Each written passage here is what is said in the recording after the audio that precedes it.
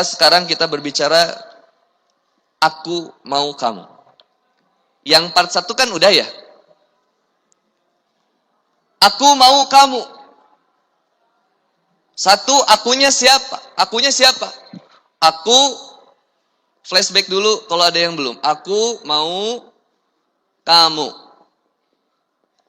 Aku manusia, kamu manusia. Aku diciptakan oleh Allah, kamu diciptakan oleh Allah. Kita punya satu tujuannya, yaitu beribadah kepada Allah Subhanahu wa taala. Quran surat Az-Zariyat ayat 56. Konsep ibadah tunduk dan patuh kepada Allah Subhanahu wa taala. Ya, tulisannya lucu lah. Dicik ini ya. Aku mau kamu, akunya manusia, kamu juga manusia. Ada yang menikah sama jin, brother. Aku manusia, kamu manusia. Aku diciptakan oleh Allah, kamu diciptakan oleh Allah. Aku tujuan diciptakan manusia untuk beribadah kepada Allah Subhanahu wa taala. Maka aku akan mencari jodoh yang senantiasa sama-sama akan beribadah kepada Allah Subhanahu wa taala. Masa bisa kita nikah dengan cara berpacaran, brother? Kalau seandainya kita bilang, "Kang, itu teman saya nikah dengan cara pacaran, Kang." Alhamdulillah, Kang, sampai sekarang dia selamat, diselamatkan itu sama Allah. Gimana kalau mati rempet pas kerbobogohan? Ada yang namanya itu mati rempet teh. Lagi berhubungan seks, tiba-tiba alat kelamin laki-laki nggak bisa dicabut dari alat kelamin wanitanya. Mati rempet sih. Apa disebutnya itu bahasanya? Gancet? Masya Allah. Alhamdulillah ya Allah. Ada gancet. Belum lagi ada yang sampai aborsi. Ada yang sampai hamil di luar nikah, kemudian menikah. Nggak sah itu pernikahannya. Terus keluar dulu bayi, baru kemudian menikah. Kalau misalkan menikah dulu, malu sama tetangga, sama keluarga. Nikah dulu aja lah, yang penting mah. Baru 2 bulan mah nikahin aja. Terus kemudian pindah keluar kota, nanti balik-balik bawa anak, ditanya sama tetangga. Udah punya dede bayi, berapa bulan bayinya? Sekian bulan. Tetangga teh tukang hitung. Nikah tanggal segini, punya anak sekian bulan. Kapan ini? Tuh, langsung itu. Honeymoonnya sebelum nikah ya. Hebat, coba.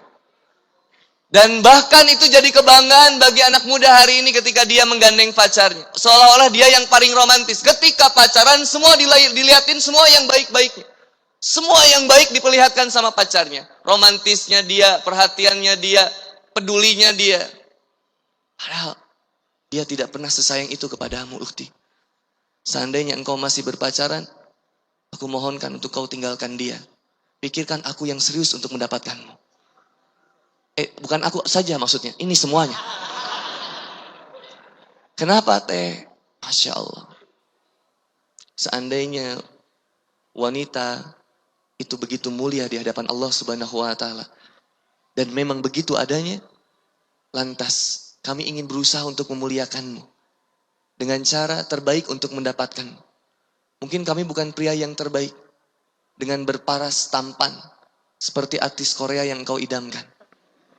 Tapi setidaknya kami memiliki iman. Yang dengan iman itu kami akan membawa hubungan kita untuk sampai kepada jannahnya Allah Subhanahu wa taala. Kami tahu kami berbekal iman untuk datang ke rumah.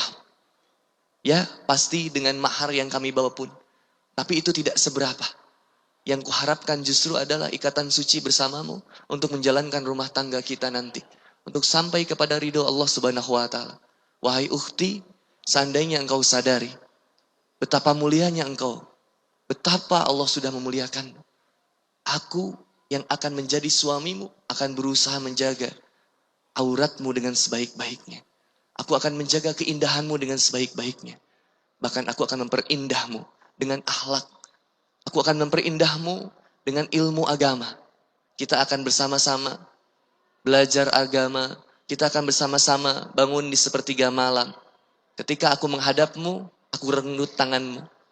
Kemudian aku sun tanganmu dan aku katakan kepadamu, betapa aku beruntung memilikimu. Seorang wanita yang solehah. Cantikmu adalah akhlakmu. Cantikmu adalah iman. Jamilah. Kata jamil, cantik. Kalau bersandang jam itu kan salah satu kriteria kita mendapatkan seorang wanita atau pasangan itu adalah wajah maliha, kecantikannya. Kalau bersanding kepada laki-laki jadi jamil. Maka ada yang namanya artis Saipul Jamil. Kalau bersanding kepada wanita ditambahkan Jamilah. Ada artis Wulan Jamilah. Ada ya? Wulan Jamilah benar ada kan? Mulan, bukan Wulan. Kalau Wulan itu mungkin mantan antum. Mulan Jamilah. Laki-laki Saipul Jamil. Tapi kita tidak akan bahas mereka. Ya, nggak penting juga. Ukhti, betapa mulianya engkau di hadapan Allah Subhanahu wa taala. Maka ketika engkau sadari, tidak terasa sudah waktu Isya. Kita akan sambut sholat Isya berjamaah. Nanti ada turunannya dari sisi memperbaiki nilai-nilai ibadah untuk mendatangkan jodoh yang terbaik. Ada ayat-ayat yang perlu kita turunkan dan memperkuat nilai ibadah dengan apa caranya. Mudah-mudahan teman-teman bisa nyatet, kalau bisa. Mohon maaf, mungkin part keduanya rada serius dikit ya, nggak kayak part pertama, supaya kita bisa jadi bekal buat nanti kita menghadapi hari-hari sendirinya kita ya. Insyaallah mungkin itu dulu yang saya sampaikan. Billahi taufiq wal hidayah. Assalamualaikum warahmatullahi wabarakatuh.